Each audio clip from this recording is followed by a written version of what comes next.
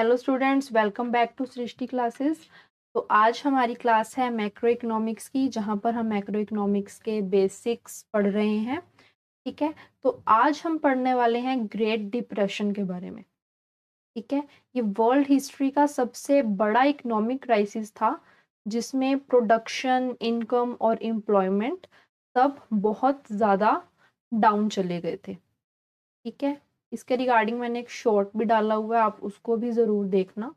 ठीक है, तो ये वर्ल्ड हिस्ट्री का सबसे बड़ा इकोनॉमिक क्राइसिस था, जिसमें प्रोडक्शन, इनकम और एम्प्लॉयमेंट सब बहुत ज़्यादा गिर गए थे। मैं ऐसा करती हूँ, पहले आपको आज मैं बोर्ड के ऊपर करवाती हूँ। ये 2 स्लाइड्स ही हमको पढ़नी है, ये हम बाद में पढ़ लेंगे। ठीक है, तो ये सबसे बड़ा इकोनॉमिक क्राइसिस था।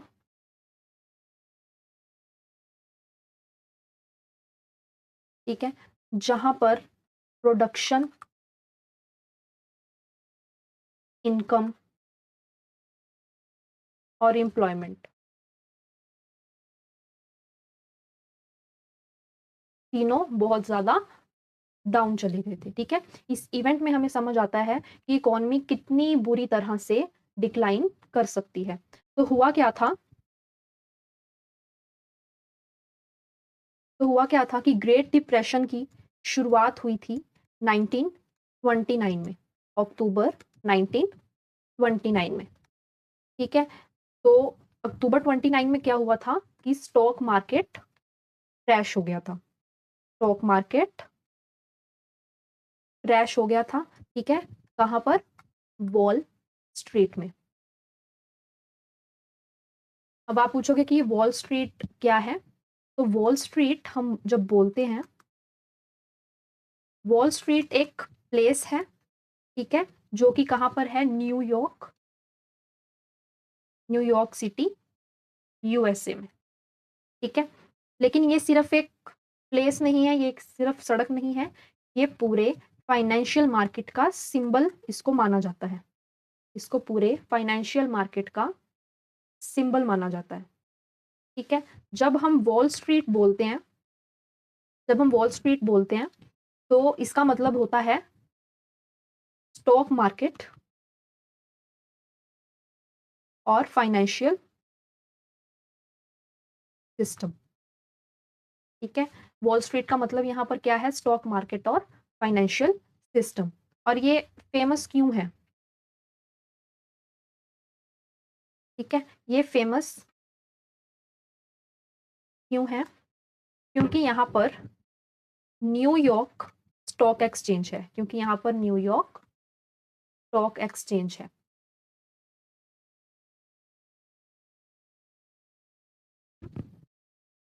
ठीक है, पहली बात तो ये। सेकंड, यहाँ पर बड़ी बड़ी कंपनी, ठीक है, यहाँ पर बड़ी बड़ी कंपनीज के शेयर्स बाय एंड सेल होते हैं। ठीक है, बड़ी बड़ी कंपनी के शेयर यहाँ पर बाय एंड सेल होते हैं। ठीक है, इन्वेस्टर्स यहाँ पर पैसा इन्वेस्ट करते हैं। ठीक है, इन्वेस्टर्स यहाँ पर पैसा इन्वेस्ट करते हैं। ठीक है, आई होप कि आपको ये वॉल स्ट्रीट का मतलब आपको समझ में आया होगा। वॉल स्ट्रीट जब भी हम बोलते हैं, इसका मतलब होता है स्टॉक मार्केट और फाइनेंशियल सिस्टम। ये फेमस क्यों है? क्योंकि यहाँ पर न्यूयॉर्क स्टॉक एक्सचेंज लोकेटेड है। ठीक है, बड़ी कंपनियां यहाँ पर शेयर बाय करती हैं, सेल करती हैं, इन्वेस्टर्स पैसा इन्वेस्ट करते हैं। ठीक है, जैसे कि इंडिया में, जैसे कि इंडिया में दलाल स्ट्रीट है, मुंबई में। ठीक है, वो भी स्टॉक मार्केट के लिए ही फेमस है। ये भी स्टॉक मार्केट के लिए ही फेमस है। वैसे ही यूएसए में क्या फेमस है? Wall street. आई होप कि आपको वॉल स्ट्रीट का मतलब आपको यहाँ पर अच्छे से समझ आ गया होगा। ठीक है, अब हम चलते हैं कि 1929 में, 1929 में जब स्टॉक मार्केट क्रैश हुआ, तो इसकी वजह से पूरी इकोनॉमी में पैनिक फैल गया। ठीक है, और ग्रेट डिप्रेशन शुरू हो गया। क्या शुरू हो गया? Great depression. ग्रेट डिप्रेशन एक ऐसी सिचुएशन होती है ना जहां पर सब कुछ डाउन चला जाता है, कंपनी की एम्प्लॉयमेंट, इनकम, ठीक है, एवरीथिंग गोज डाउन, ठीक है। तो वॉल स्ट्रीट यूएसए का फाइनेंशियल हब है। तो वॉल स्ट्रीट यूएसए का फाइनेंशियल हब है जहां से स्टॉक मार्केट एक्टिविटीज, जहां से स्टॉक मार्केट एक्टिविटीज ऑपरेट होती हैं।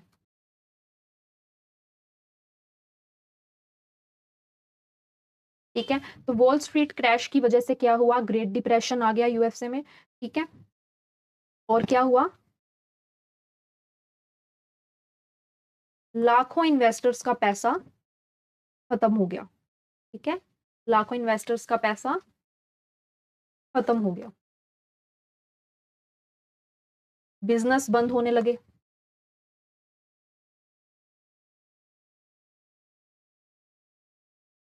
इकोनॉमी में पैनिक फैल गया, इकोनॉमी में पैनिक फैल गया, ठीक है। अब इसका मेन कोज था क्या, ये सिचुएशन आई क्यों, ठीक है, इसका मेन कोज था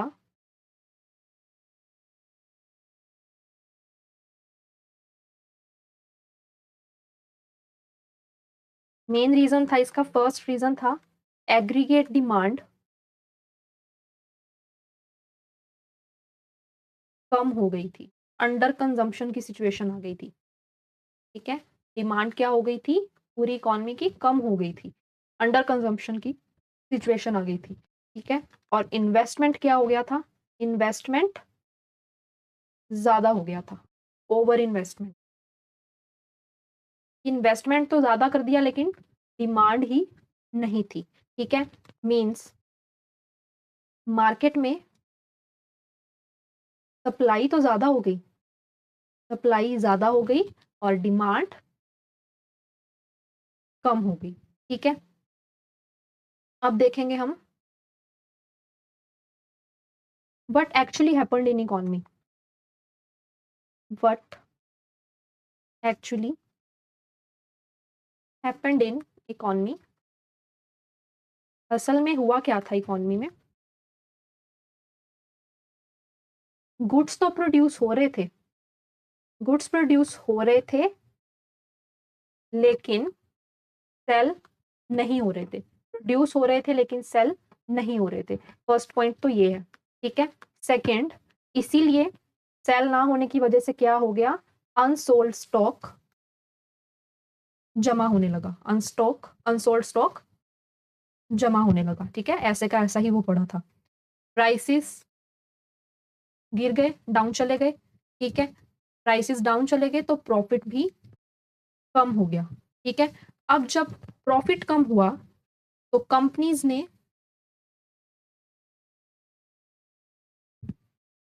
प्रोडक्शन करना कम कर दिया, तो कंपनीज ने प्रोडक्शन कम कर दिया और वर्कर्स को जॉब से निकाल दिया, वर्कर्स को जॉब से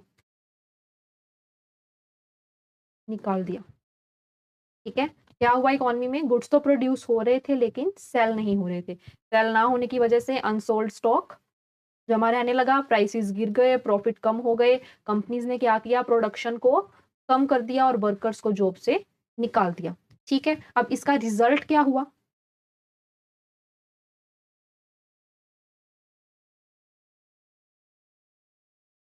अब इसका रिजल्ट क्या हुआ,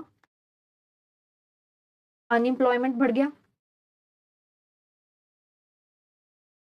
अनएम्प्लॉयमेंट बढ़ गया और इनकम कम हो गई और डिमांड और ज्यादा कम हो गई, ठीक है। इसका रिजल्ट क्या हुआ, जब वर्कर्स को निकाल ही दिया तो अनएम्प्लॉयमेंट बढ़ गया, इनकम कम हो गई और डिमांड और भी ज्यादा कम हो गई, ठीक है। अब इसको हम एक एग्जांपल के हेल्प से समझते हैं। मान लो एक कंपनी है, ठीक है, कंपनी है, कंपनी ने क्या किया, 1000 यूनिट्स बनाने का इनका टारगेट था, ठीक है, 1000 यूनिट्स बना रहे थे ये, ठीक है, लेकिन लोगों ने खरीदा ही नहीं, लोगों ने खरीदा ही नहीं, जब लोग खरीदेंगे ही नहीं तो क्या होगा, स्टॉक स्टोर में ही जमा हो गया, स्टोर में ही जमा रहने लगा स्टॉक, फैक्ट्री लॉस में चली गई, वर्कर्स को निकाल दिया। ठीक है, अब जब उनकी यूनिट सेल ही नहीं हुई तो उनको प्रॉफिट भी नहीं हुआ। ठीक है, उनको कुछ मिला ही नहीं तो वर्कर्स को सैलरी कहाँ से देंगे, तो एट द एंड उनको वर्कर्स को निकाल दिया, वर्कर्स को निकाल दिया और यहीं पर लार्ज स्केल पर ग्रेट डिप्रेशन स्टार्ट हो गया। ठीक है, अनएम्प्लॉयमेंट की सिचुएशन आ गई यहाँ पर, अनएम्प्लॉयमेंट की सिचुएशन आ गई।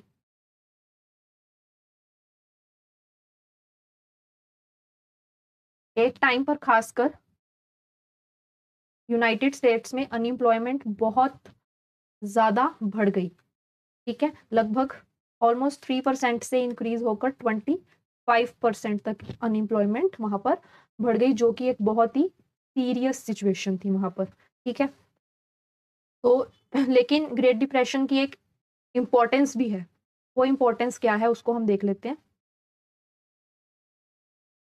तो ग्रेट डिप्रेशन की एक इम्पोर्टेंस भी रही है, वो क्या है कि इसने क्लासिकल थ्योरी को फेल कर दिया, इसने क्लासिकल थ्योरी को फेल कर दिया। क्लासिकल थ्योरी कहती थी कि अगर कोई भी ऐसी डिप्रेशन की सिचुएशन आ जाए या कुछ हो जाए तो हम क्लासिकल थ्योरी की हेल्प से, जिसमें डिमांड एंड सप्लाई के बेसिस पे हम इकोनॉमी को बैलेंस कर सकते हैं, कि मार्केट खुद बैलेंस कर लेगी, मार्केट खुद बैलेंस कर लेगी, क्लासिकल थ्योरी ये बोलती थी। ठीक है, लेकिन वो क्या हो गई, फेल। ठीक है, इसके फेल होने के बाद जॉन मेनार्ड कीनेस की एक थ्योरी आई, इन्होंने एक थ्योरी डेवलप की जिसको बोलते थे केन्सियन थ्योरी, जिसमें इन्होंने बोला था कि गवर्नमेंट का इंटरवेंशन इंपॉर्टेंट है, ऐसी सिचुएशंस में गवर्नमेंट का इंटरवेंशन इंपॉर्टेंट है। ठीक है, केन्सियन थ्योरी ने ये बोला था, इन्होंने अपनी थ्योरी में ये चीज लिखी। तो इस इवेंट के बाद मैक्रो इकोनॉमिक्स को भी इकोनॉमिक्स में, मैक्रो इकोनॉमिक्स को इकोनॉमिक्स में एक जगह मिल गई। ठीक है, तो इस तरह से मैक्रो इकोनॉमिक्स डेवलप हुई। ठीक है, इसके बाद हम एक साइकिल देख लेते हैं।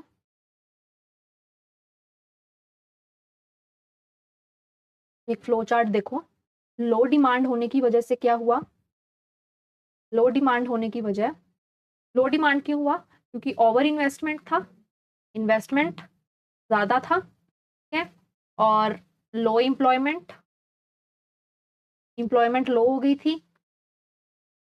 ठीक है, आउटपुट भी लो था, एम्प्लॉयमेंट ही नहीं रही तो रिजल्ट्स भी डाउन चले गए। ठीक है, इनकम भी लो हो गई और अगेन लो डिमांड, तो ये क्या एक साइकिल बन गया था ये। ठीक है, तो ग्रेट डिप्रेशन हमें ये सिखाता है कि अगर इकोनॉमी में डिमांड कम है तो उसका इफेक्ट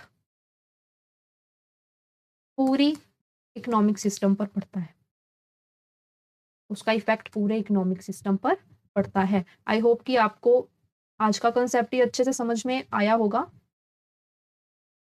अब हम इनको स्लाइड्स में देख लेते हैं एक बार, यहाँ से एक बार क्विक रिवीजन हम ले लेते हैं।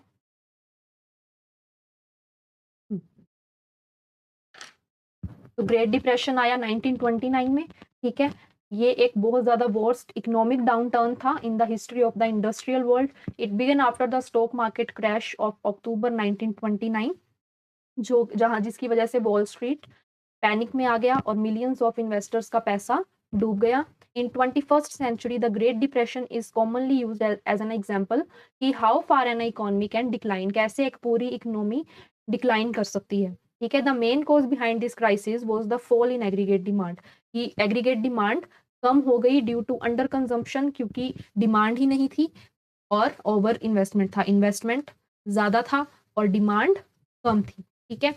Aggregate supply was greater than aggregate demand, की सप्लाई ज्यादा थी डिमांड कम थी, जिसकी वजह से डिप्रेसिंग एक्टिविटीज बढ़ने लगी, ठीक है। Due to under consumption and over investment the stock of finished goods started piling up, कि जब कंजम्पशन ही नहीं रहा, लो डिमांड हो गई, उसकी वजह से जो फिनिश्ड गुड्स थे वो स्टोर में ही पड़े रहने लग गए, ठीक है, जिसकी वजह से उनके प्राइस गिर गए, प्रॉफिट कम हो गया। The money in the economy was converted into unsold stock, economy की मनी किस में कन्वर्ट हो गई थी, एक अनसोल्ड स्टॉक में, unsold stock of finished goods that lead to an acute fall in employment and hence income level falls drastically. The demand for goods in the economy was so low.